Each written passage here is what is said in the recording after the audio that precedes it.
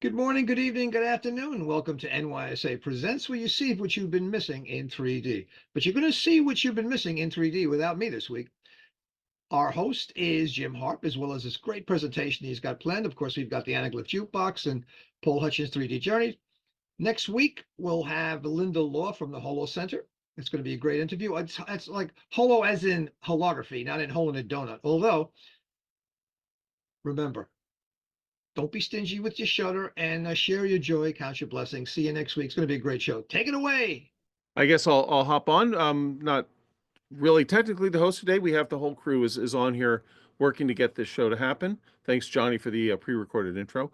Uh, First up today, we have the great Joe Podoto giving us a Anaglyph jukebox with Alice in Wonderland. Joe, are you around to introduce your program here? Yes, well, let's give great credit to Walt Disney, who for many years pursued Alice in Wonderland, and then finally did turn it into one of his classic animated films. Now we're talking about an adaptation, the true view film strip format, rare among that selection, in that it was in color. The jukebox for this particular episode owes a great deal of thanks to Paul Hutchence, a key member of the Anglo-American Alliance. Paul, your royalty check is in Royal Mail.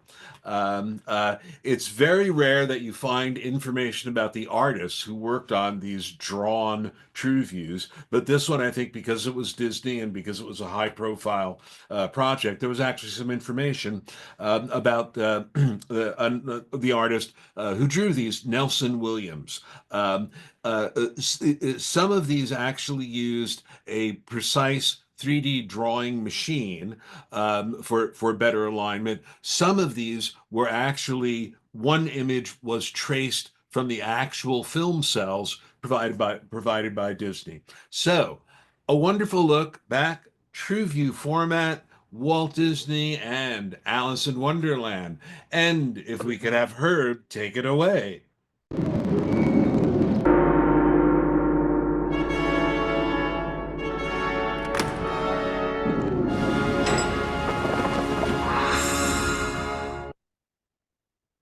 Welcome to today's edition of the Anaglyph Jukebox. You never know what you'll find on the old jukebox.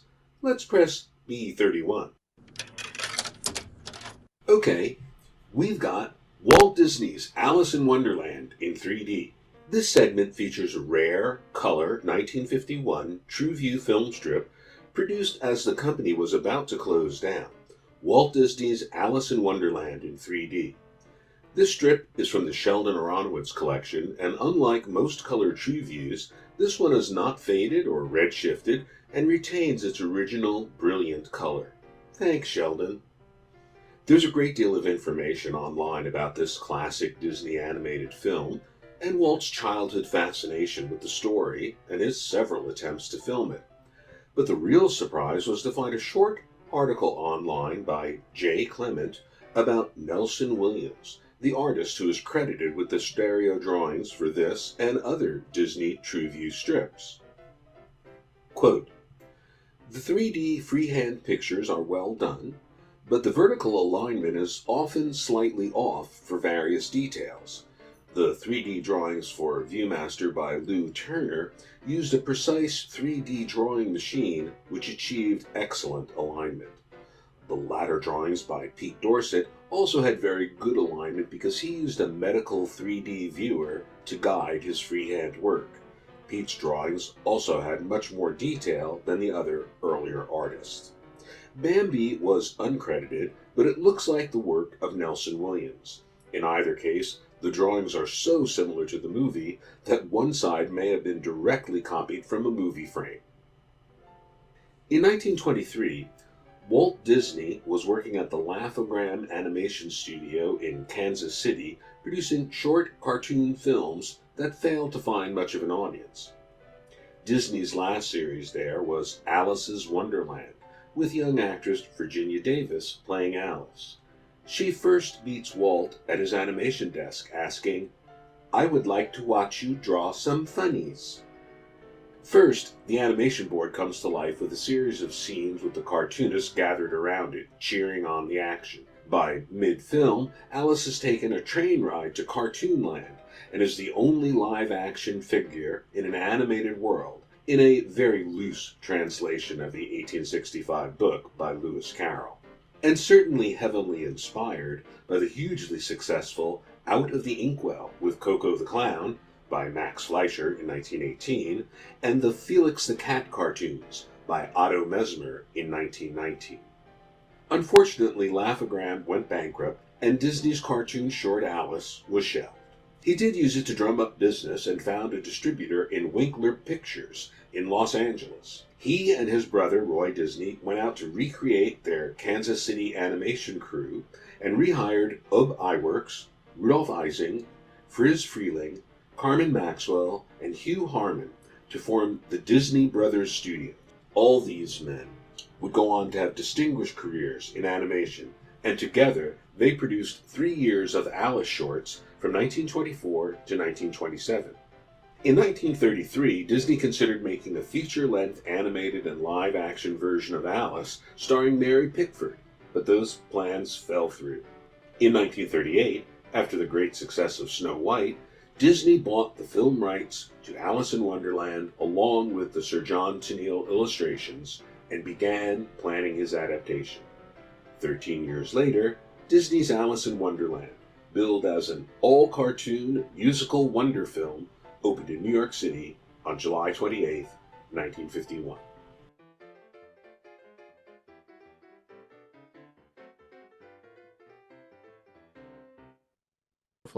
Well, next up, folks, we're very lucky to have Paul Hutchence to take us to the Museum of Design, I believe. Paul, would you like to come that's right. Hi, Jim. Your, We're going to London, Central London's Design Museum. It's been in its current location for only about 8 years, a new building. There are 2 exhibitions. There's a permanent exhibition, which we're going to see photographs of, and a temporary exhibition, which I couldn't get into. The shots were taken mostly with the Beam Pro, and 1 or 2 with the W3. So if we're ready, Herb, please can we roll it?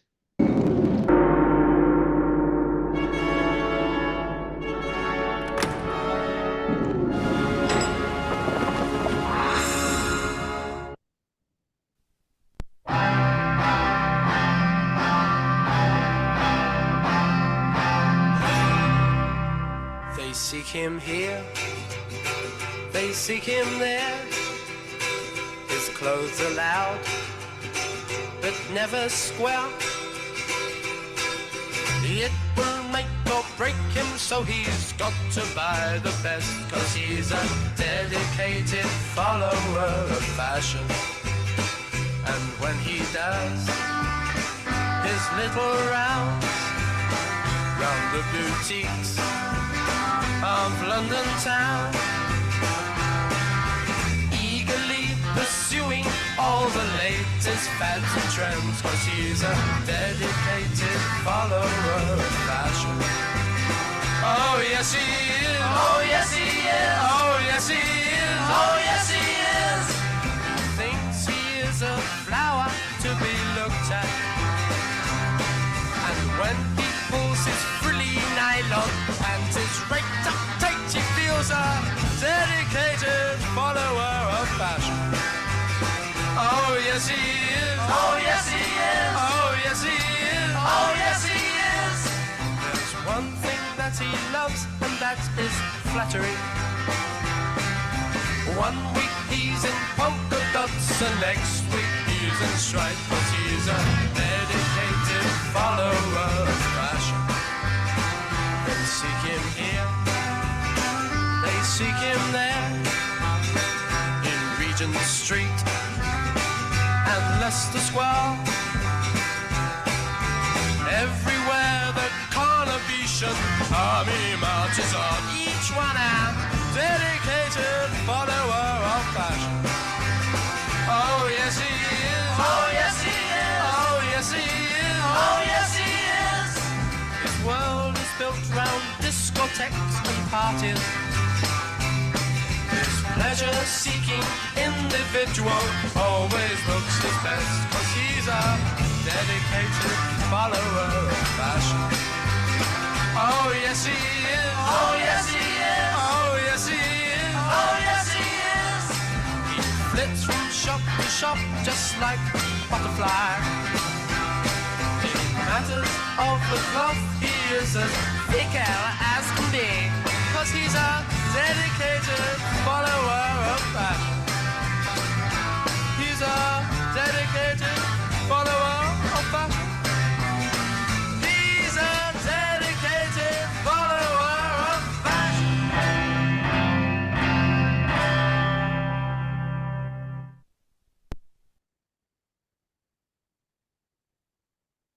All right. So now we're going to go on to what we're talking about today. What my presentation is about is we've talked before about these, what they call them AR glasses, the display glasses that have become very popular. X-Real, the company that makes the Beam Pro, this was really their first product. This particular set is made by a company called Viture, just because I've hacked apart all my X-Real ones too much for them to look like the real product. Happily, Herb Weiner, and this is somewhat for the benefit of anyone watching this on YouTube later, has helped me put together a handout. So I am sharing my screen, and is everyone seeing this? It's a QR code. I'll show this again, maybe not as relevant for those watching live, but if you do want to get any of this information, if you want to review it, you'll be able to get it on here. I will show this QR code again at the end of the presentation. So anyway, here we have, these are mostly anaglyphs I'm putting up, and I think they're also up on rooms as side by side. This is just sort of a little diagram of what these glasses do. And what they are is basically two little micro LED HD monitors, in other words, 1920 by 1080, just the standard HD resolution of most of the LG 3D TVs. Typical, I guess that's Blu-ray resolution there. You have two of these monitors and a little system with a mirror and a beam splitter that lets you see the image in front of your eyes while you can see the real world. And the design of these things has been sort of the manufacturers have focused very much on being able to see your environment while you're seeing through the glasses. And I'm kind of looking today, the topic I want to talk about is just how I've found these glasses to be incredibly useful, not for that application, but rather for something like what we're seeing here, which is, I think these are an incredible tool for those of us who like to edit, restore, create, make composites of stereoscopic images. Because one things that these glasses can do, since all of them, as far as I know, have what they call a 3D mode. Every one of these things can serve as a external stereoscopic monitor.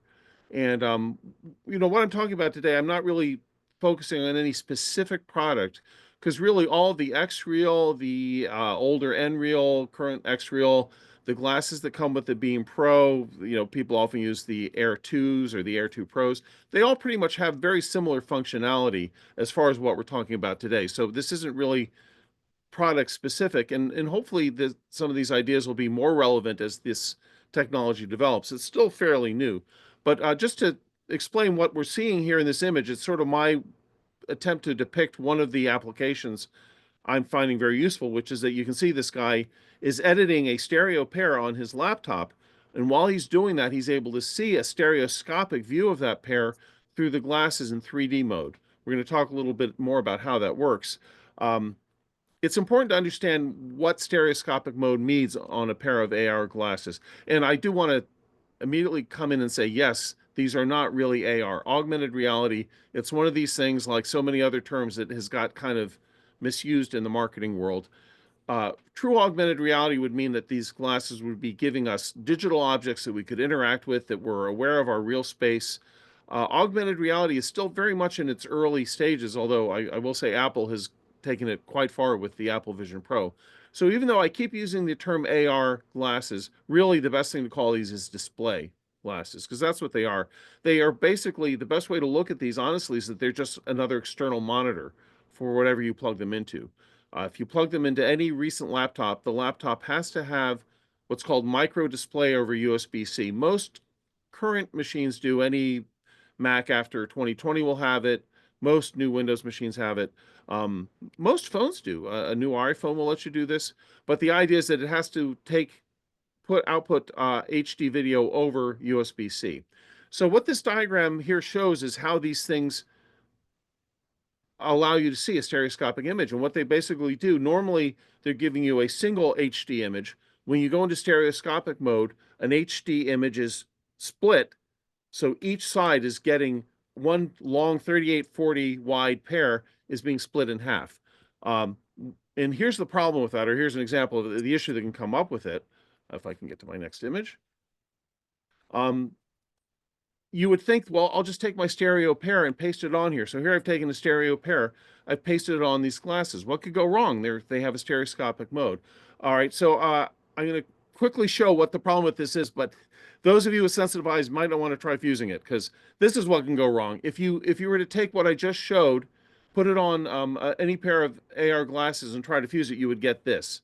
The problem you have is that if we look back to this diagram, the left image is all the way over to the right of this split screen view. The right image is all the way over to the left. So you get this thing that is pretty unfusable. So here's what the solution to that is.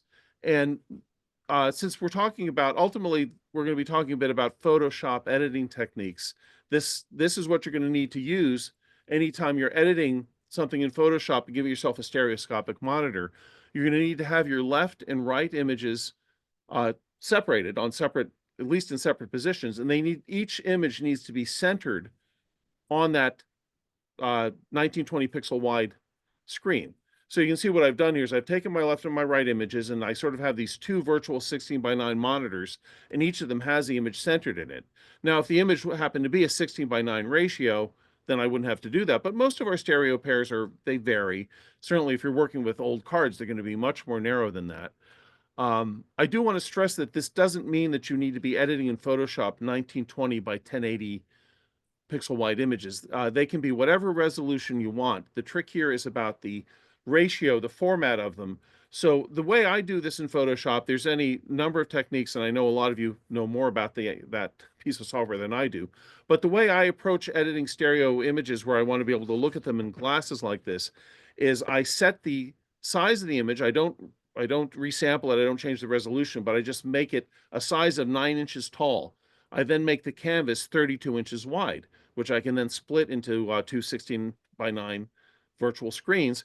And what's helpful, I find, is if you put guides, and I've shown that here in this image, if you put a guide at 8 inches, 16 inches, which splits it right down the middle, and 24 inches, I do want to show the result, which is a viewable anaglyph, hopefully something you can actually look at comfortably with your eyes, and will look very nice in these glasses. And I will say that these glasses with their 1080p screens really are very pleasant to view. I mean, you're really getting a spectacular stereo image through these. And I think a lot of people who've used them, unfortunately, X-Real, I can't speak for all the other companies, but 3D is not, stereoscopic imagery is not their real focus with these things. It's almost like this thing that just came along. Even with the Beam Pro camera, which as it happens is a wonderful stereoscopic camera, X-Real is just not all that concerned about stereoscopic cameras. The next product they've come up with, which is called the X-Real Eye, is actually a monoscopic camera that clips right on the center of these things. So the fact that these happen to be a good stereoscopic camera on the Beam Pro was just a happy accident, because they were trying to imitate Apple with the Apple Vision Pro. I'm going to talk a bit about, the idea, as I think you've probably gathered, is what I want to do with these is I want to be able to have the glasses serving as either an external stereoscopic monitor while I have my laptop, or another case, which I'm going to talk about, which I found to be surprisingly useful, is where I'm viewing through Anaglyph glasses, the laptop, and then I'm looking in here to see a nice non-filtered screen, not red-blue, where I can do my detailed editing. But one of the problems we have with these glasses, a lot of them, is that they have, in order to get the birdbath display to look good, they have to put dimming lenses in front of them. Now, there's no need to dim the real world, but so far as I can tell, none of these companies have considered the fact that we actually would like to be able to see the real world clearly. They're much more focused on giving you the best possible view of this virtual screen you're seeing in the lenses. So here's a solution that some of us have taken to this issue. If the dimming screen is making it hard to see your laptop accurately, you can pop the dark lenses out. And so this is what we see here on this image is a pair of X-Real Air 2s where I've popped the lenses out. Now, you do this at your own risk, and it's going to void your warranty. I found this to be the only way to do what I want to do with these glasses. So this is what I've done. And just so you know, the autochromatic dimming lenses do not have any tie-in to the displays. They're a totally different system. You pop them out, and it's just basically putting gentle pressure on them, and they're glued in, and they will come out. You don't want to, do anything too dramatic, but just take your time. The lenses pop out, and do understand, I'm not saying you're going to be able to put them back in. Once you do this, you've made a permanent change to the glasses. So it's up to you, but I can't really do what I'm talking about here without this. And actually, in my case, I went further with this pair of glasses. I sawed off the frames because you can see I was left with a pair of outer frames.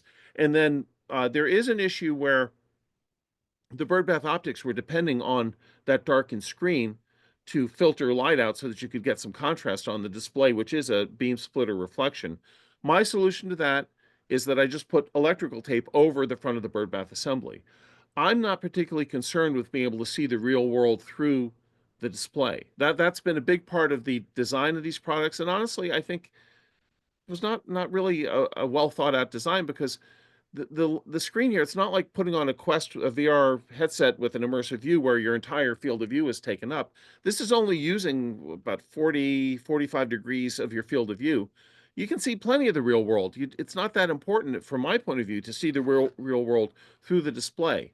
By putting electrical tape over the front of the birdbath optics, I get full contrast no matter what. I can sit in the bright sunlight and I'm still seeing my screen very clearly. So this is my redesign of the lenses. As I say, you may or may not want to do this, but it's proven very valuable for me. And then, of course, everyone's eyes are different.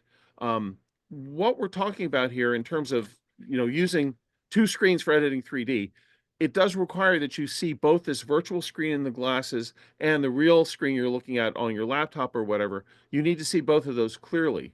Now, for my eyes, I just wear non-prescription bifocals. They have about a 2.5 reading lens power for the bottom of it, and the top of it is a 1.5 power. And after trying various things, I discovered that if I just bought another pair of those bifocals, unscrewed the arms, and just used Velcro to attach them to the front of the X-Real lenses, I get to see the virtual screen perfectly clearly. I get to see the real screen perfectly clearly. So this is my solution, but everyone's eyes are different. So if you're playing with something like this, another option, which Herb is trying and will be interested to hear him report back, is you can get prescription inserts that go just in front of the birdbath optics. So in other words, you can have your prescription just on the virtual screen, and then depending on what your eyes need, you can put other lenses in front.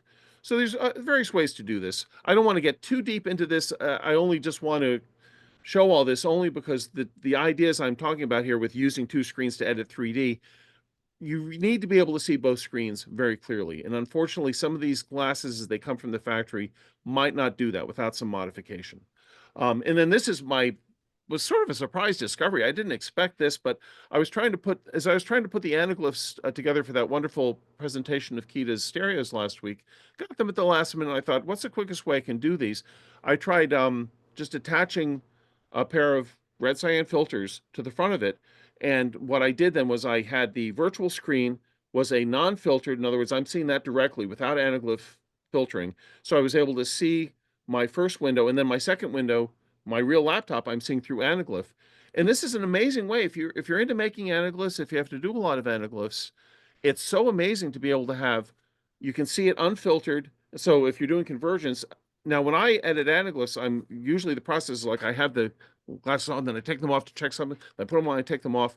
This lets you do that essentially in real time. So I'm going to talk a little bit because there's various degrees of Photoshop familiarity. I don't consider myself at all to be an expert. I just have tried to figure out how to do what I can, but I keep talking about making a second window. But just in case that's not familiar, Photoshop, if you go to the window menu, which you can see is all the way over to the right next to help. And this is on the current 2023 Photoshop, but I believe this is the same almost everywhere. If you go down and select arrange, you'll see that the option you get on the lower right is new window for your document. Whatever you're editing, Photoshop allows you to create a new window for it. The way it does that is it will basically put a second tab right next to the tab you're working on with that window. And then what you'll do in the scenario I'm describing is, and I should have mentioned this earlier because it's in the handout. Anytime you're working with these glasses, you don't want them mirroring your screen. And this is a thing you'll do on the Mac. You do it on the display settings and system settings. Windows has a display page. But the point is, you always want these glasses to be a second monitor. You don't want to be mirroring your screen. That's not going to do you any good for this. So in effect, these glasses are really no different than if you just put an external monitor into an HDMI or USB-C port. Once you have that second window, you can kind of guess, I think what I'm describing is you're going to create this new window in Photoshop, and then you are going to drag it up to this virtual screen that you've created, your second monitor. Photoshop has a very handy feature. Let's say you want to put your glasses in 3D mode so you can see this stereoscopic screen to edit with. Photoshop has a handy feature in the View menu, which is two spaces over to the left of this window menu, where you can say Fit Layer to Current Screen. And what that will do is if you've set up a 32:9 ratio, as I described, with your left and right centered, it'll pretty much fill the screen with it. I find I still have to drag a little bit to get it completely filled, but excuse me, that pretty much gets you there. And then all these glasses have different methods for getting into stereoscopic mode, but on the X Reels, you just take the volume up knob. There's two buttons that go volume up and down or brightness up and down. You just take that volume up button and you hold it for about 2 or 3 seconds and the glasses will pop into 3D mode. And if you've done everything I've described, you should see a nice stereoscopic view of your image. And so you then have on your laptop, you have your regular screen where you can zoom in. And what's really nice about this second window with Photoshop is that on your main window, you can zoom in as tightly as you want. You can pan around while you're still seeing on your second window the overall stereoscopic view. And one of the things I like doing is restoring old cards. And one of the challenges with that is as you're doing a restoration on a damaged card, you often have to wonder, well, how's this going to affect the overall stereo view? I thought I'd just put up a couple examples of things I've done with this that I was happy with the results I got. This is an old stereo view card. This is actually some French fellows playing dominoes in Virginia. I think there's some more details on the handout. But if you look at this through the Anaglyph glasses, you can see, as with many of these wonderful stereo cards from the Civil War, there's quite a bit of damage to this thing. Particularly the left view has a bunch of cracks or scratches on either the negative or the glass plate was badly scratched. You can see there's dots and splotches all over the place. So I'll then go and show you what I did, and you can spend hours restoring these things. And part of what I like about this technique is that it lets you work much more quickly than you would otherwise. At least for me, I can just really zip through these things. And very often, there just isn't enough time to do all the restoration you'd like to do. This makes it much quicker. So for this pair, I had the configuration. Actually, I can even show it to you, I think, because what I've created is a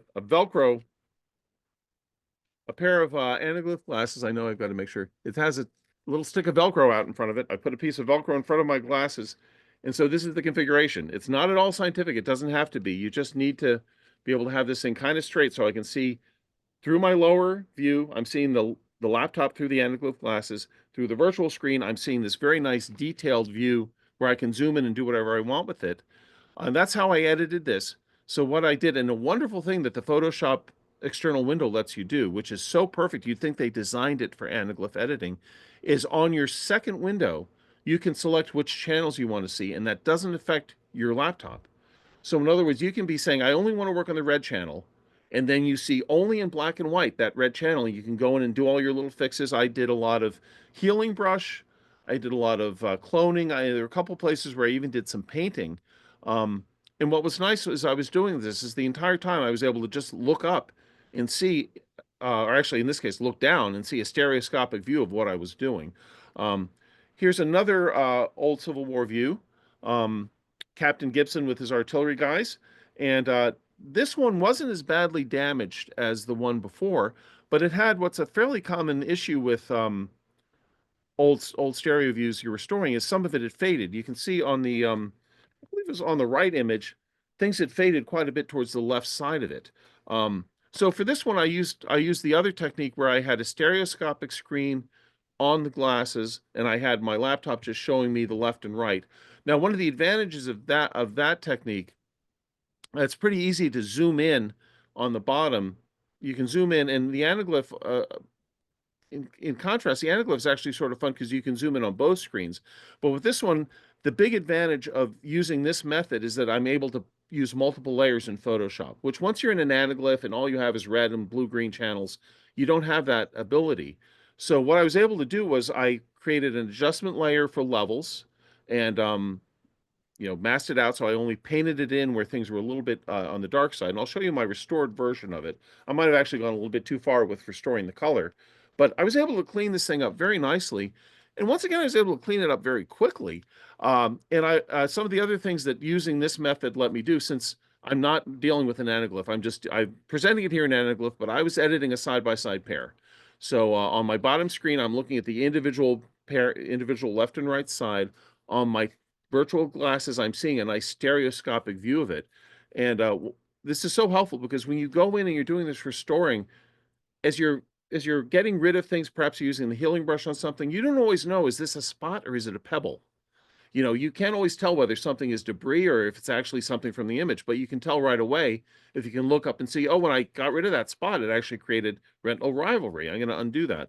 So once again, this is something I was able to very quickly restore into a pretty nice state. Now I could go in and zoom in and do a lot more work on it, but I'm very happy with it.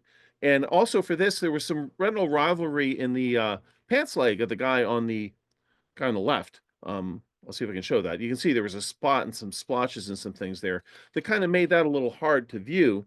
And since I was using this method where I had on my lower screen as many Photoshop layers as I want, I was able to actually just copy the pants leg on the right image, paste it over to the left, use my different tools to position it in, mask it out, and then just paint in. Basically, I was able to get rid of the retinal rivalry. And while I was doing it, I was able to check my work.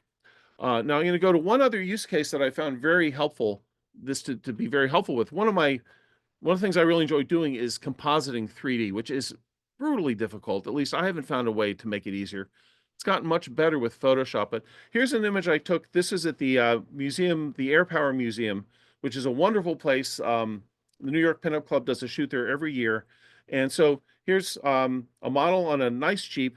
But it seemed like a fun idea to find some different backgrounds for it because the background's a little cluttered and uninteresting. So to talk a bit about how I dealt with this, one of the things that I find very helpful when trying to mask something out, you're trying to mask out a stereoscopic image. This can be very challenging unless you can actually view the image in 3D. So as you can guess, I had on my virtual screen a stereoscopic pair, properly formatted, centered on two 16:9 screens. So I'm seeing in my glasses the stereoscopic view while I'm going in great detail and masking things out. I find it very helpful just to put a fill layer of a solid color, because if you're masking out against whatever your new background is, it's kind of hard to tell where things are with it. And this is not by any means perfectly masked. This does still take quite a while to do it, but I only had, I think, about 45 minutes to play with this, so I just did what I could. Photoshop is offering us some nice tools with the object selector and the selection tools and the magic wand. But even with all those, especially with something like hair, with something like the outer edges of this truck, there's still a lot of challenges with getting a good mask on something. Now, one of the things that's fun to do when looking for backgrounds, you can make a background out of almost anything these days. And so what I decided to do here is I thought it would be fun if we went to visit Tatooine from Star Wars. So here's, and I actually did two of these. The way I did this, I just found a picture of Tatooine. I'm sure someone took it. It was, of course, a 2D picture. And it was a fairly low-res image. I put it into Topaz and, basically enlarged it and sharpened it up. And then I went to Immersity and created a 3D, a 3D version of it. And one tip I can give you, if you're using Immersity and you're wanting to do stuff like this, which is endless fun, it really works a lot better to limit the amount of depth, because if you think about what you're doing, you already have a stereoscopic foreground. That's where most of the depth you want is. Everything that's coming from this virtual background is probably already past the real high deviation of your lens, your virtual lenses of your camera. So the point is that when I did this, I limited greatly the amount of depth. I think I went down almost to the minimum, because if I did any more than that, if I made this a fully, the full amount of depth, it would have looked very unnatural. You're putting this this foreground in front of this background. You want to try to create as much as you can a believable experience. And I'll show you, since I found a couple of nice images of Tatooine, here's another one.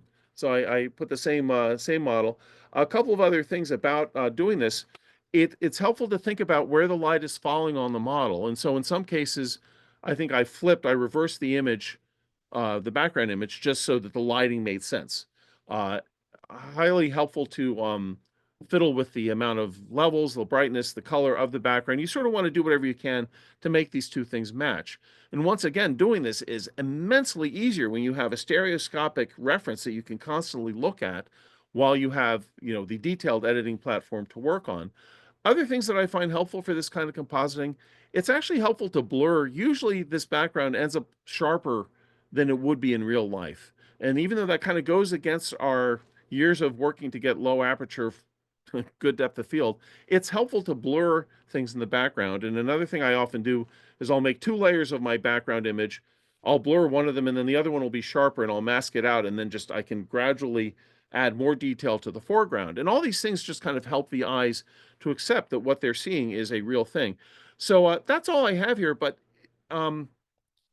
I know a lot of us have Beam Pros and are wondering, is it worth getting the glasses?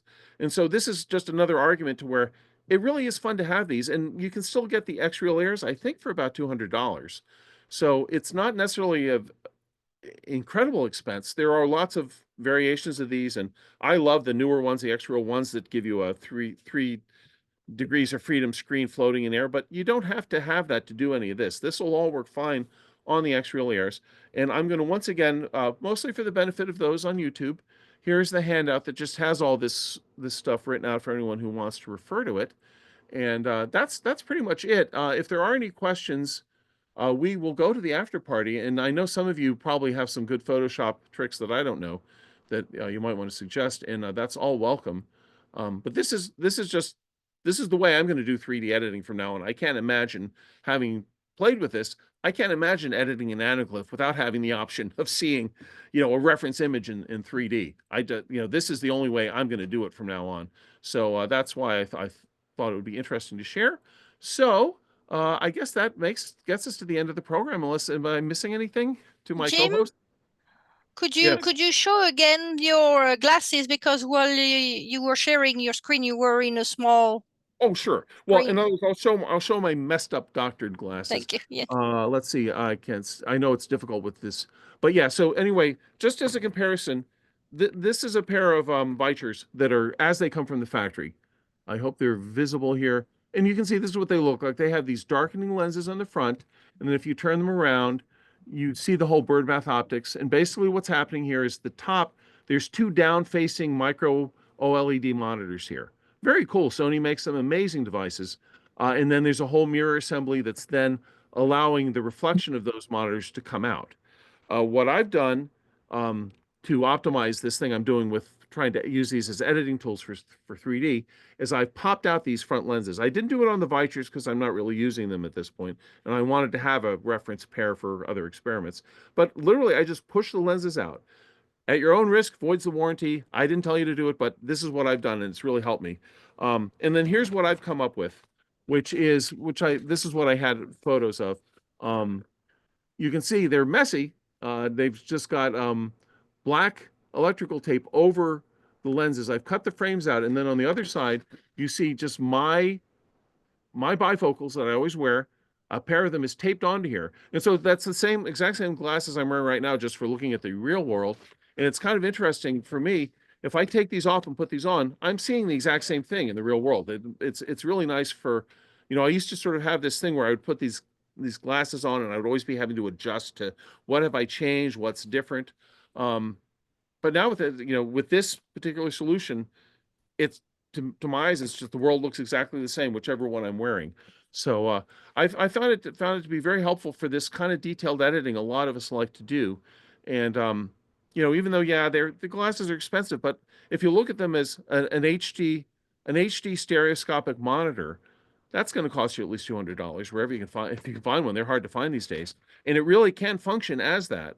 Well, if there are any other questions, I guess Well, we'll. Jim, Yes. what I'll do is I'm going to show these are the Air 2 Pros, and what Mhm. they have is they have a little thing on the front that you can clip off. It's just a darkened thing. Mhm. So basically, the glasses are more transparent. They're not completely transparent if you snap this thing off. And so what I was planning to do is use this as a model to 3D print something that can hold like reading glasses that I can then pop in front of these Mhm. so that I can put prescription inserts in there. And in the handout, there's a note where you can get prescription inserts for about $50. So with the prescription inserts, I wouldn't wear my glasses, and this would give me a fully perfectly focused 3D monitor, and then clip on some reading glasses to basically be able to see my real monitor. So Mhm. different approaches that are possible, and the point is what Jim has presented is a concept for how to do it, and your mileage may vary.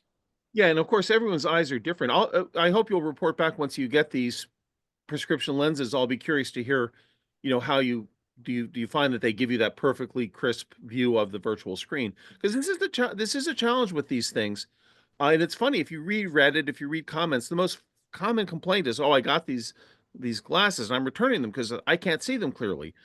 They need correction. I mean, it's funny. These people are getting. You think that someone's able to magically create a screen you put 2 inches, an inch from your eyes, that's going to be in focus for everybody? They need, you need to do stuff to get them to look good. And that is, you're quite right. I hope I made clear.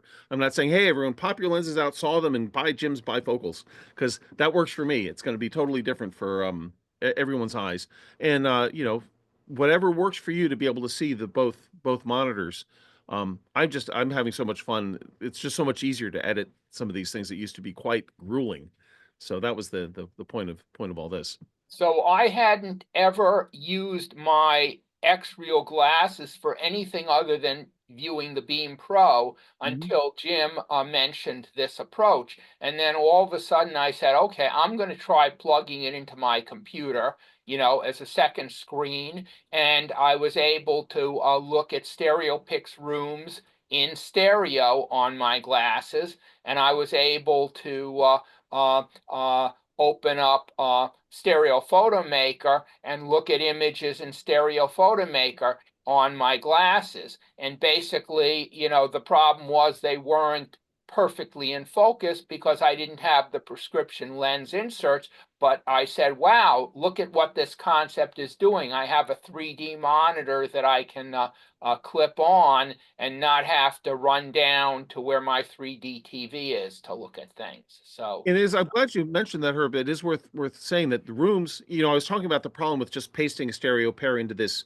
32 by 9 format, but StereoPix Rooms is smart enough where if you put a stereo image in there, they position it correctly. So you go on Rooms with these, and yeah, you see a nice, viewable, easily fused stereo image, which is wonderful, because it's just another way to, even if you're watching one of our meetings with a phone, if you have a phone that talks to these glasses, I think you would be able to, even by phone, get onto Rooms and get a stereoscopic view. So and likewise, Stereo Photo Maker, if you basically move your Stereo Photo Maker monitor onto your glasses and put it in full screen, it also centers it perfectly. because yeah, that once again, And they know, so yeah, they know what to do with it. basically, a Stereo Photo Maker doesn't have the advantage that Photo Maker has of being able to open a second Photoshop. window to basically be looking at two different things. But essentially, what's happening is either Stereo Photo Maker or StereoPix Rooms is going to give you a great stereo view using these glasses. Yeah, yeah, and they really are a fun way to look at stereoscopic images. And, with all the people who are buying these glasses for gaming or for, people are buying them to watch movies, it is a nice opportunity to put interesting stereo content out there, because hopefully there's just a lot of people who have this. They might not know that they have a great stereo viewing system, but they do. So it is an opportunity for anyone who wants to make some material available for them.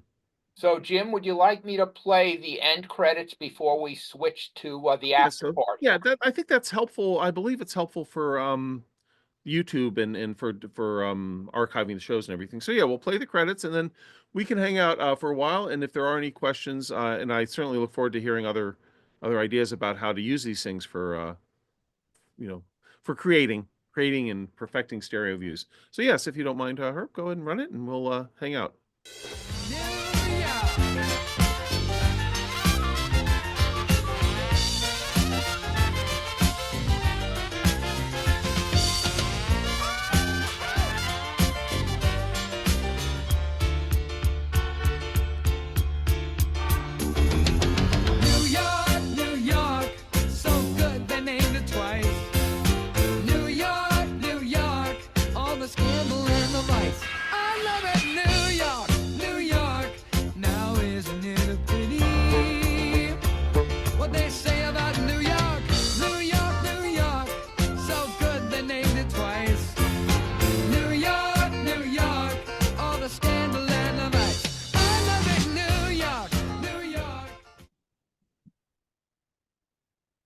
All right, well, welcome on, and I guess we can go in and allow people to unmute if they wish. Let me see if I can do that. How's my allow participants to unmute themselves? So, if there are any questions, one thing as we were talking about this, I wasn't sure would this be that interesting of a topic or not, because I know not that many people have the glasses, but I think we're going to see this technology is going to continue to be.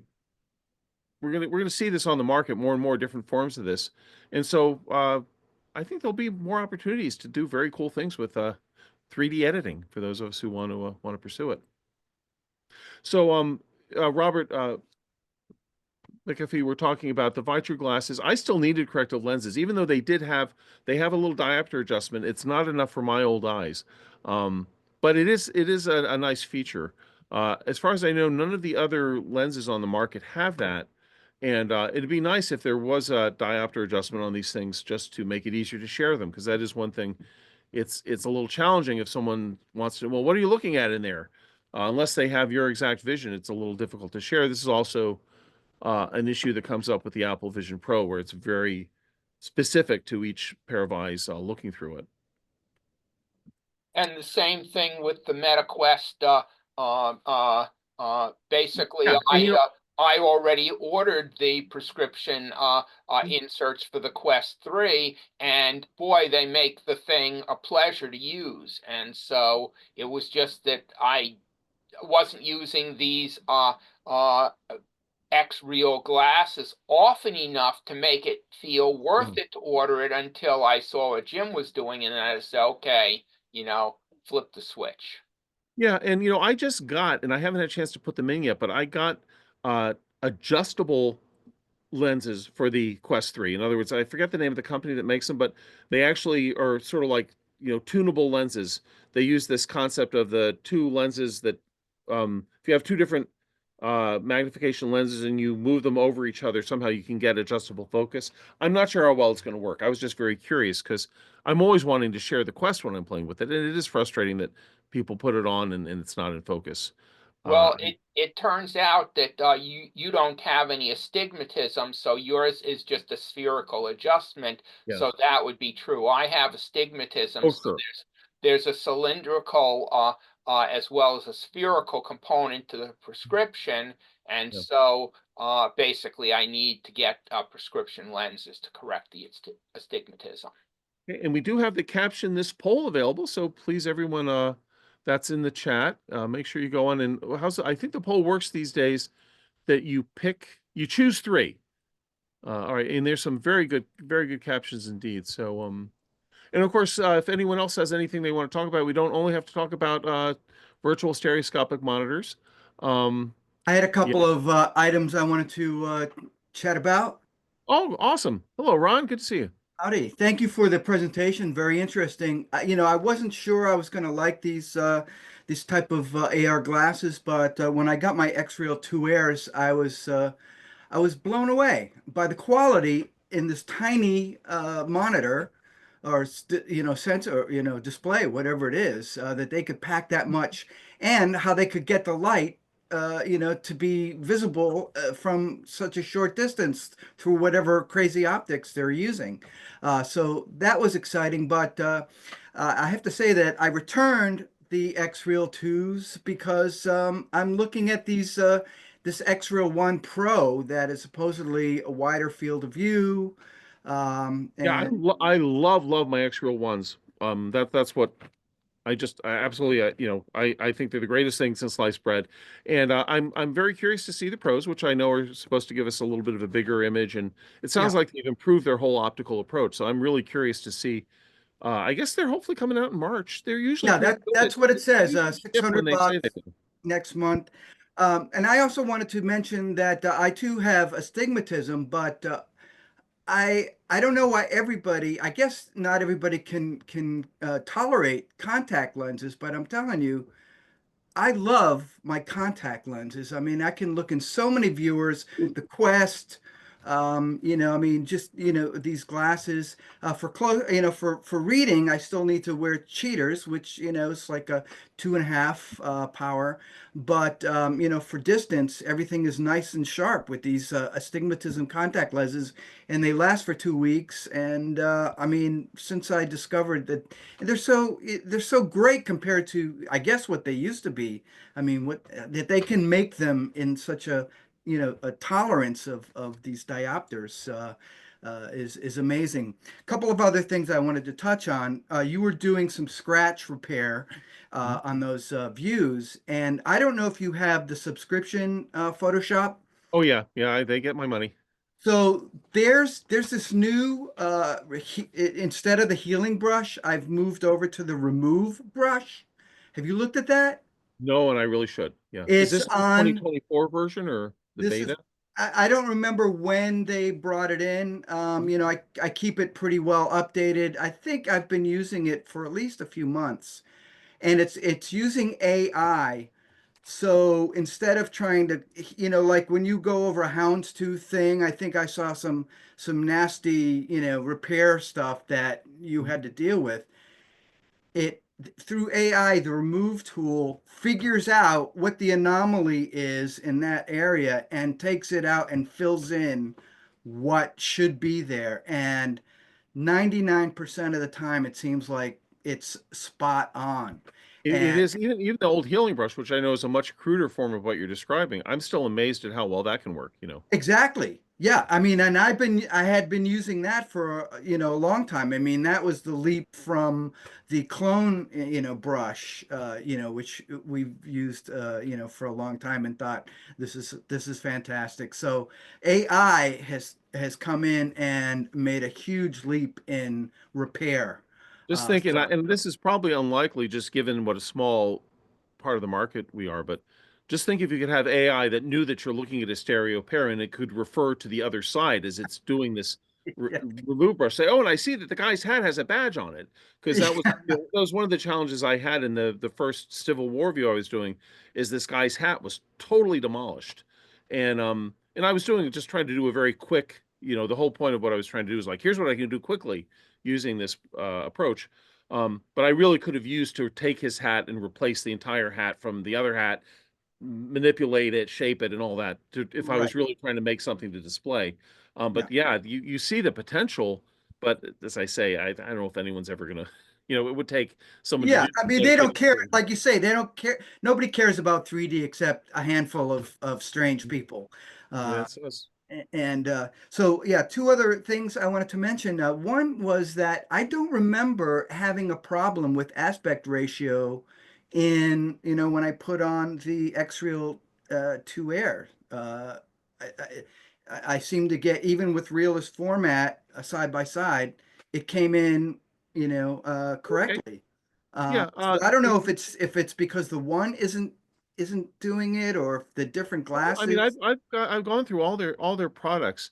The thing but my observation, and you were just, in other words, you were just putting the pair in. You weren't putting it in any viewing software, or you weren't putting it in stereo. As I remember, I wasn't using SPM. I mean, I did eventually, but when I first tried it, I just pulled in a realist pair that was, realist format Yeah, side by side. the experience I had, was basically what I tried to explain here, is that generally I don't think X-Real or any of these companies have any awareness of what a stereoscopic, like, of convergence. In other words, Right, they're very literal. If you put a pair there, right, it says, right. okay, you want this over here on the right, you want this over Yeah, here on the left. and Now, your I've eyes are seen that. probably flexible enough that you could fuse No, anything. no, I would definitely know if they were Okay. like, especially Well, with a realist format, it would be out of control. So I can't say for sure, but I don't remember ever having that problem with the glasses. But when I get the One Pros, I will revisit You that. can try it and see. Yeah, I'll be curious. I mean, if you find another workaround, because this is a little bit of a frustration, just in that it would be so nice if, I have folder after folder of stereo pairs. How Right. nice would it be if I You could don't just want say, to "Let me look at these," and as it is, I have to do something to them. Well, if you do need to do something, the other thing I want to mention is that SPM has this resize thing. So if you wanted all your images to be the correct uh, pixel dimensions, including the pillar boxing, there's a batch mode that you just hit R. You Yeah. tell it you want it 1920 by 1080 with, a border, and That's it very will do interesting. all those images in that folder ready to go. And I guess you could argue, I mean, one of the points I was making here is, like, you don't have to change your resolution. But if your entire purpose of whatever images you're doing, if the only thing they're going to be done is looked at through these glasses, there's no reason to have more resolution than that, because that's all these give you. They Right. only give you 1920 by 1080, so there's no point in putting an 8K image in there. Yeah, You're and you just could batch process Yeah, them all that's the a great same. suggestion, because, yeah, if you're wanting to have one thing I've thought of doing, because these work extremely well. I have a Samsung S21. It's an older Android phone, but these work really well with that. Yeah, So it'd be great fun to have a bunch of really good stereo pairs. Just if, oh, what are these glasses doing here? You want to see some 3D images? So yeah. that would be a really nice solution, to just get like a whole slideshow ready to go on this. And it is kind of a neat idea that you could be, just have a little pair of these glasses in your pocket, and have a good stereoscopic slideshow ready to show anyone who's interested. So that's a great thought. Yeah, Stereo Photomaker has some wonderful tools. Unbelievable. You know, So the one they final just keep thing getting I just cooler and want to cooler. mention Uh-huh. is there's a 3D movie out this weekend. I don't know if it's going to be out next weekend, but it's from China. It's an animation Is it called, Neja? yeah, you know Yeah, about it. yeah, we talked about that, I think, before you got on. Yeah, I'm Oh, going to see okay. it tomorrow. And Okay, Dave good. Camo saw it and loved it. Have you seen it? No, no, no. I've got tickets for tomorrow, and surprisingly, the small theater is fairly well packed. So, This is for I believe it's the top grossing movie. It's certainly the top grossing movie in China right now. And yeah, that might be enough to make it the top grossing movie in the world, even though most Americans haven't heard of it. But yeah, it's supposed to be spectacular. I'm really yeah. looking I'm forward. surprised I'll they're be curious showing to it hear in 3D here. So, that's exciting. I saw Yeah. Captain America last week, and Did the you see 3D that? yeah, the 3D was pretty good. In fact, The movie looked like crap, though. I mean, or was it just I didn't see that. I don't Okay. know if it was your projector or what, but Some of the scenes looked great, but there was remember just you like so saying much of it that. looked grainy, Um, and, like, all right, well, maybe it could have just been, it's me not perceiving things, or, the or it could have been surprising something thing technically wrong. was, I don't know if you looked at reflections. I always look at reflections in these Mhm. modern movies, and That's what they always can't get with conversions, but right? they got them. They were great. They Which were ones? amazing. I mean, Now I all want to go watch it there was a again. lot of pools and different things that were reflected, and it was done properly for the most part. And That's huge. If yeah, these, and I think it was all converted. I don't think this was shot I natively. heard a rumor that there was some native, but Because, of course, that's, and for anyone who's listening, who doesn't know what we're talking about, one of the real hallmarks of a stereo conversion, and most of the movies that are, commercial mainstream movies, are converted 3D, and they do a great job. But one of the things that these conversion algorithms, at least up to now, never could get was a reflection. So let's say you saw a really glossy car and the building above it was reflected in it, that would always be flat at the exact plane of the car. Or if there was a mirror, almost anything, mirrors sometimes they would do because they would be detailed Yeah, enough. water especially. Yeah. Yeah. And so this became a real tell for a conversion, that all of a sudden anything reflective was a flat plane, as if somebody had done a flat painting of the thing. So if these guys have uh, if they've updated their algorithms to be able to handle that, that's wonderful, just because it's going to make things much more realistic and viewable. And you know, it was a very good conversion. I didn't think much about the reflections, but did you ever see the Titanic, the conversion James Of Cameron had? course, of course. So well done. I mean, the Oh, puffs of smoke. I should go oh, back and see how reflections look in that, but that's such a nicely done conversion. yeah, that Wizard of Oz was Wizard excellent. of Oz is awesome. Yeah. So, Because they had the sets, you're in Oz, but yes, I they just were love how flat. they couldn't make them all the way to the infinity, but they made them farther out than they were. Someone really thought about this. It's Right. like, yeah, you're in Oz, but it's not really Oz. So there's a set, but the set's like way far out there. I just thought that was so clever. Yeah, it was great. Well, I think that's- one of the things to keep in mind with conversions is they used to do them manually. Now they're doing them algorithmically. So you can handle the reflections and everything algorithmically with no problems. But I remember Titanic. I went out to see it when they came out with the 3D version and so forth. And I remember seeing that there was no 3D reflections in the glass. Oh, good. You save me time. So Jim, you've got an Apple Vision Pro, right? Yeah. I'm curious because I don't have one. Are there some good has anyone come up with any good stereoscopic editing tools for that? You know, because I mean, it'd be wonderful if in an Apple Vision Pro, you theoretically could do exactly what I'm describing in that nice high-res environment of having a stereoscopic screen to play with while having other screens that weren't. But I would guess probably no one has gotten to that. I haven't seen that very well yet. I just free view everything. So that's the way I approach stuff. Plus, I do a lot of volumetric stuff.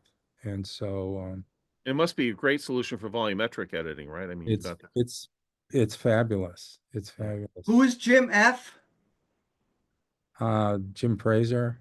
Fraser. Okay. Los Angeles. All right. Yeah, I've seen your stuff at the LA 3D Club before. Yeah. So, anyways, You didn't preview it. What's that? You didn't preview it. You say preview stuff. I was just, Yeah, I preview a lot of stuff, but and I've got a 21:9 aspect ratio display, so that's pretty good for stereo stuff, previewing. well, But the problem with free viewing is, without magnification, I think, you're still losing quite a bit. I can free view cross or parallel, but I almost always prefer, some magnification if possible. yeah, well, like even in Stereo Photomaker, you can zoom into things, even when you're looking at the two panes, left and right side panes. But I think volumetric stuff is going to be very interesting. I'm a little curious. I saw the recent LA 3D Club newsletter, and they said that the NSA is changing their, I don't know, their guidelines or scoring criteria or whatever for 3D images in competitions. Does anyone know anything about that? For NSA, I know there's been extensive discussion about stereoscopic, the Stereoscopic Society, and they're trying they don't want conversions. I haven't heard. I'd be curious about NSA. Oh, is that it? They don't want the conversions? Well, I mean that's been in someone else here might know more than I do, but I know it's been discussed at great length in the Photo 3D list that they don't want any conversions because they don't consider that to be promoting the art form. It's a very the sort of discussion you see all the time in the age of AI and digital technology. What is real work? What is legit? What isn't? So are you talking about PSA? Because PSA definitely doesn't permit any conversions.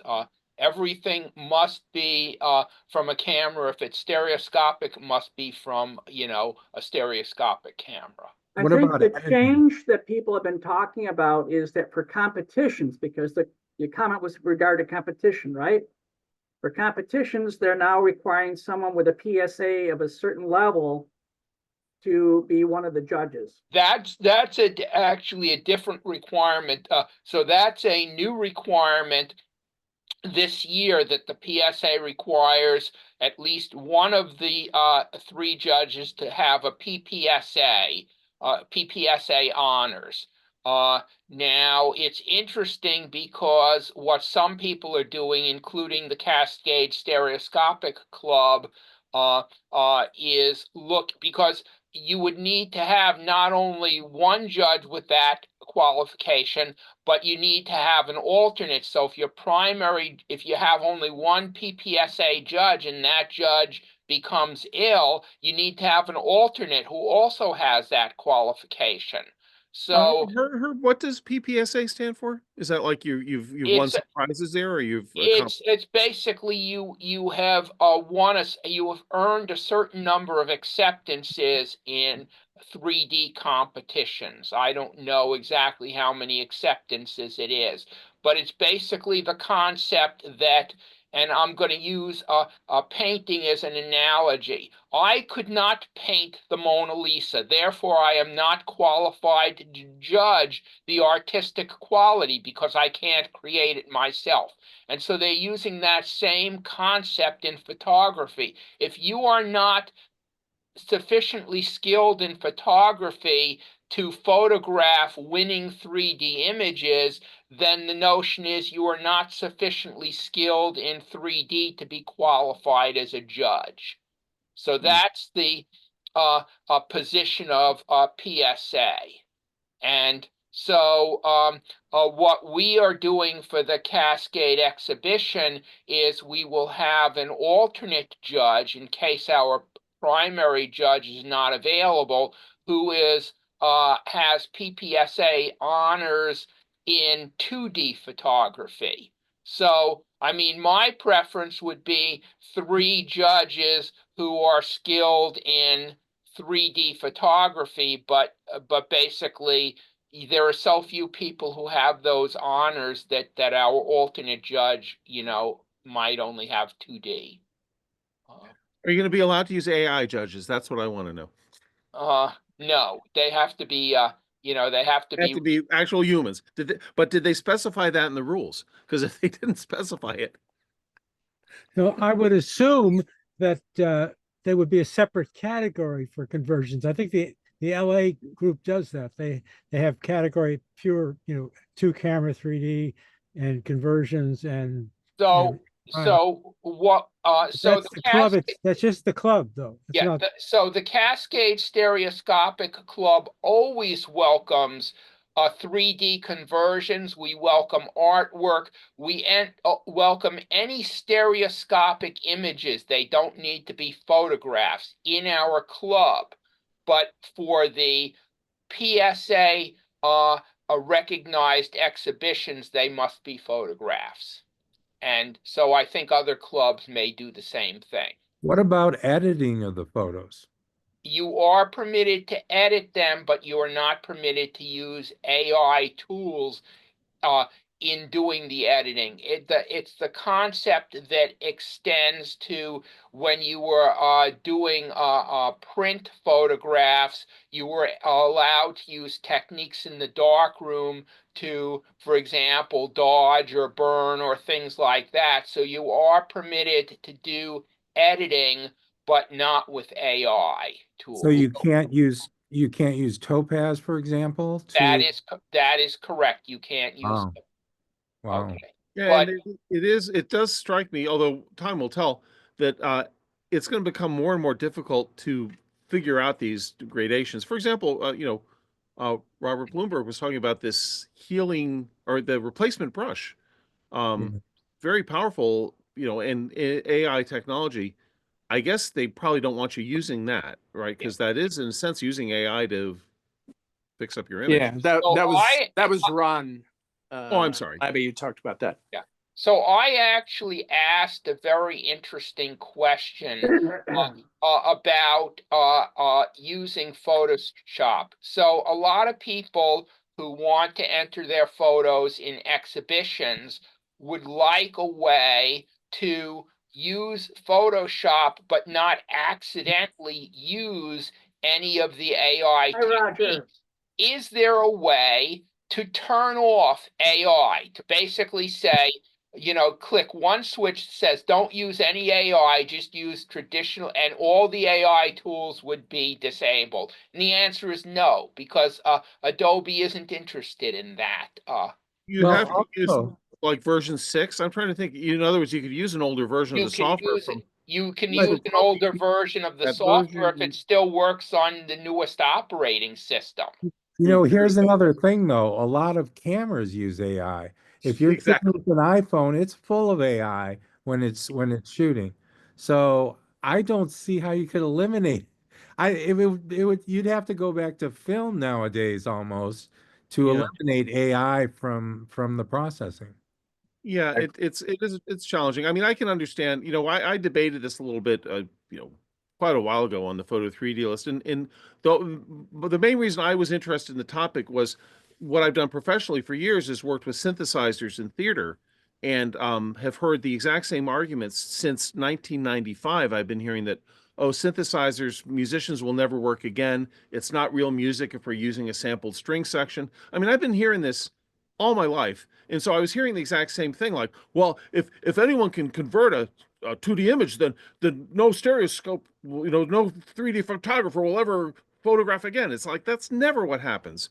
But they can do whatever they want. Of course, it's their organization, but you do end up kind of going around in circles because the technology, and this is what's happened in the music theater world, is that anytime someone tries to ban something, there are guys in the early 70s trying to ban Moog synthesizers. Like, oh yeah, you're not allowed to have a Moog synthesizer in a theater pit. And you can just imagine how that went, So and it's a very good point, Jim, that yes, if you use an iPhone, every year they get more and more sophisticated with what they're doing to the image to make, because the images look great, not because there's a huge sensor or even amazing optics, but because they're doing so much post-processing that it's incredible how good those pictures look. Yeah. Yeah. I would think that if a picture originates as a true stereo pair, even if you do a lot of work to improve the image or play with the color and stuff, that still would be an authentic stereo image.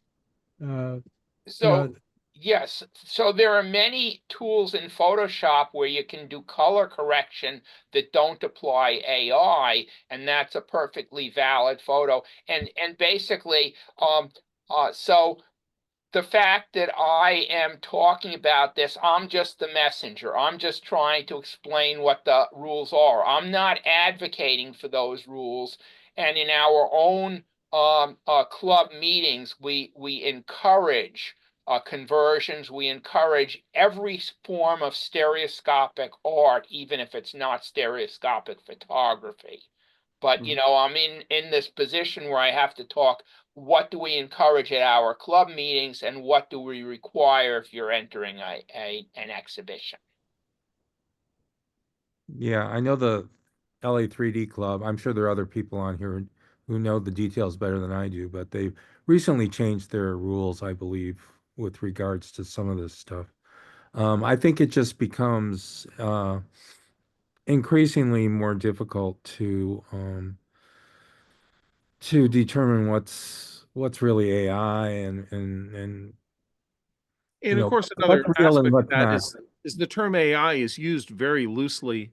And Yeah. in other words, it's a marketing term. So, I mean, I've often said to people, the fact that my microwave has a popcorn setting, someone might consider that to be AI because it knows that popcorn goes for 30 seconds. The term is, and it certainly does mean specific things with neural network training. And, there are clear meanings to it, but it is tossed around ridiculously, our new, my new car has AI steering or whatever. They just everyone wants to see that term everywhere these days. So that also makes it sort of difficult to gauge like what is really, where are you being assisted by artificial means or not. It's just another cliche. Yeah. But yeah, I do, my only concern with the PSA stuff, and I understand where they're coming from. I just hope that it doesn't discourage younger people from getting into this, because Well, I if think you're that's under 40, your entire world is like AI image generation. I think you've hit the nail on the head. There's a lot of people who are deeply immersed in technology, and if you exclude them from your club activities in some way or another, then you're prone to seeing your numbers reduce over time.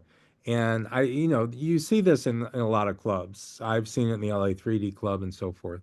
And so I don't know like what the NSA's membership is or how it's changed over time or things like that.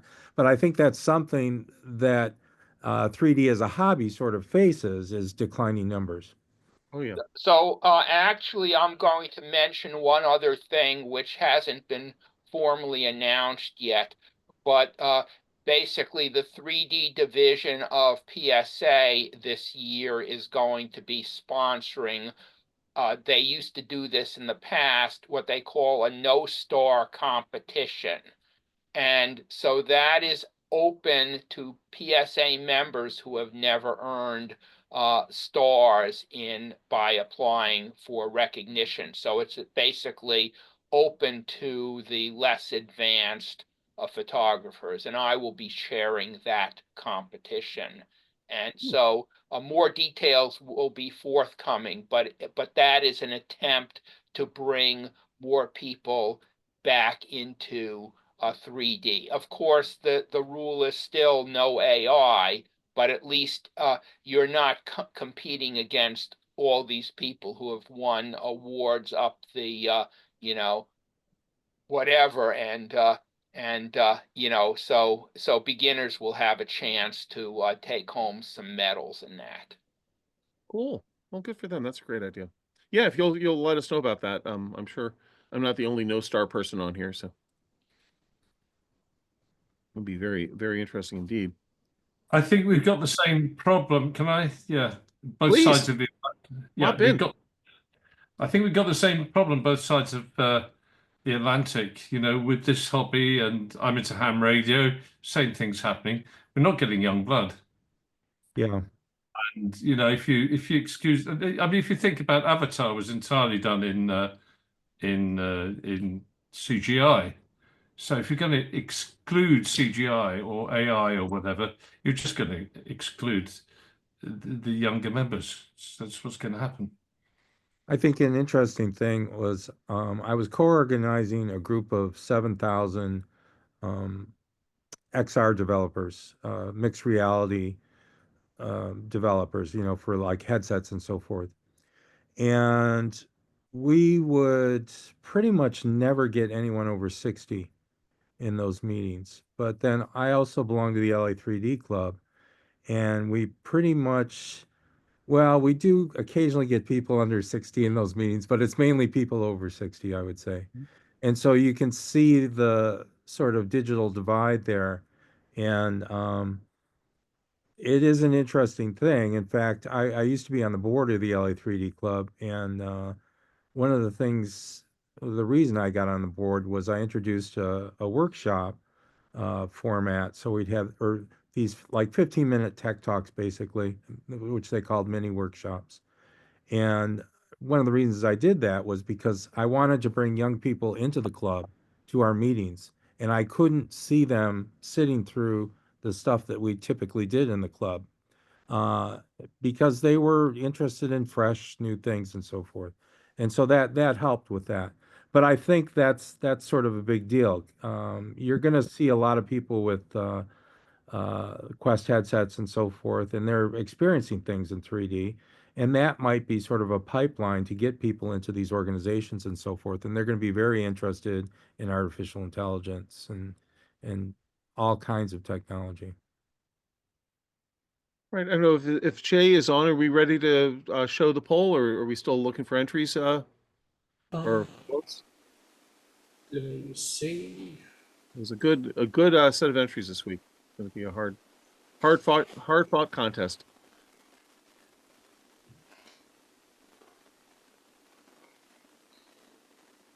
Yeah, if anyone ever has an image they think would be fun for Caption This, feel free to submit it, because it can sometimes be challenging to find something that will spur captions. But we've had some very cool submitted already. And if you have an AI image for Caption This, all the better. Yeah. We'll give you a prize. If it's a conversion done, if the conversion is done by AI, that'll get an extra credit. I have a question on a new topic, if I may.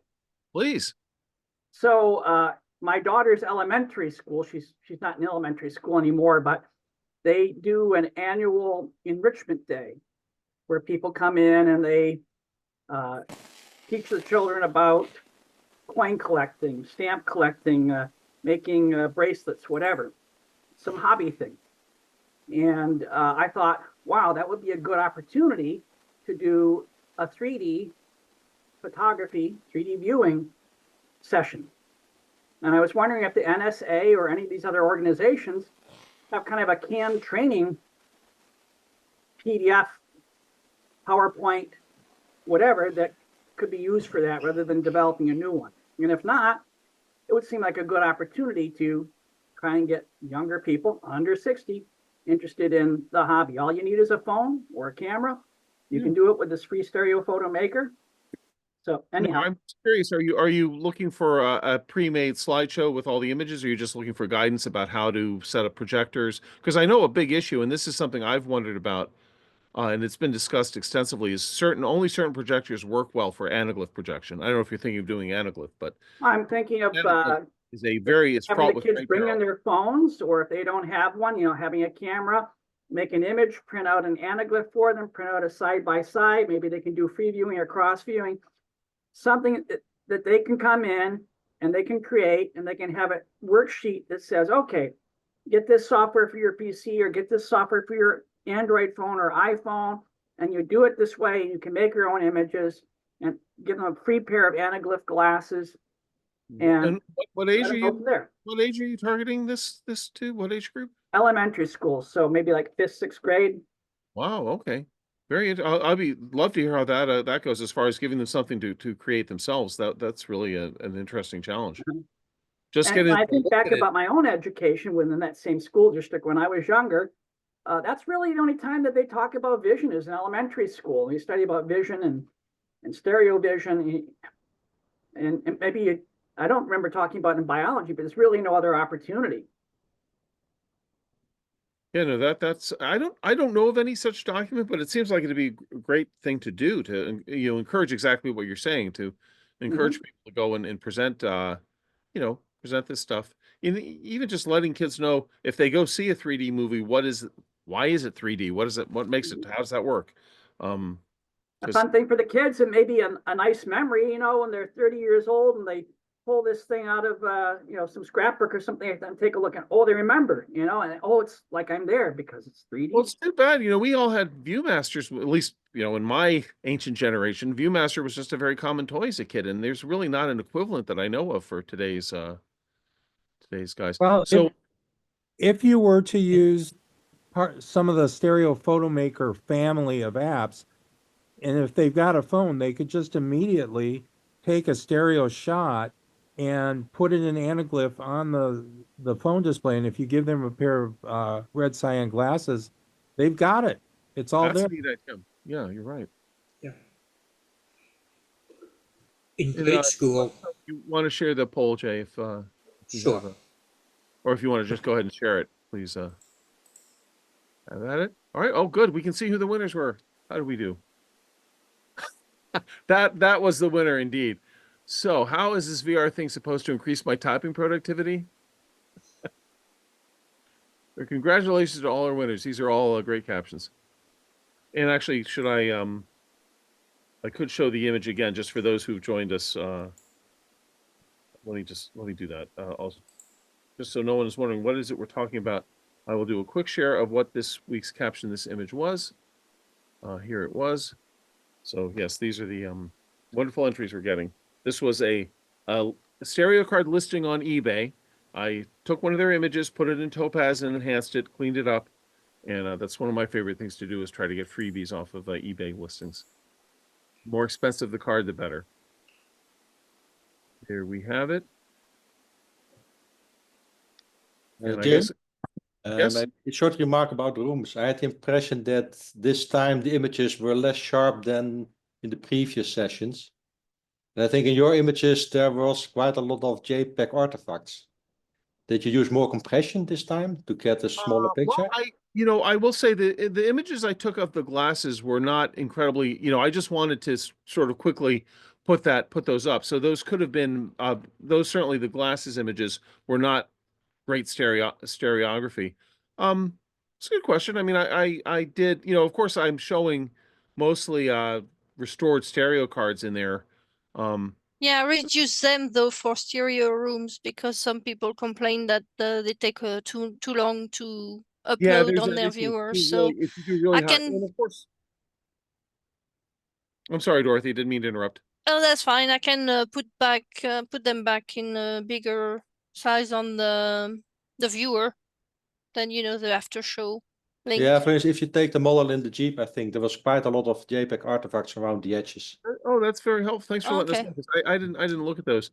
I was looking at them on my my little IQ tablet in auto class is free, and I didn't see the artifacts, but there's a lot of was this like because we had, I guess we would have had in rooms, did we, I don't know, did we have side by sides of the Anaglyph jukebox? I guess we didn't, right? But we had Paul's yeah yes. I watched them on the glasses, the Air Miner 2. Oh, okay. So maybe you need a bigger definition than for that. Well, then I'm gonna try to give a bigger. What I always try to do is make them not 1920 at least. Oh no, it's actually 2160 is the number I shoot for, because I figure if someone has a 4K TV, they have a 2160 pixel high image that they can be getting.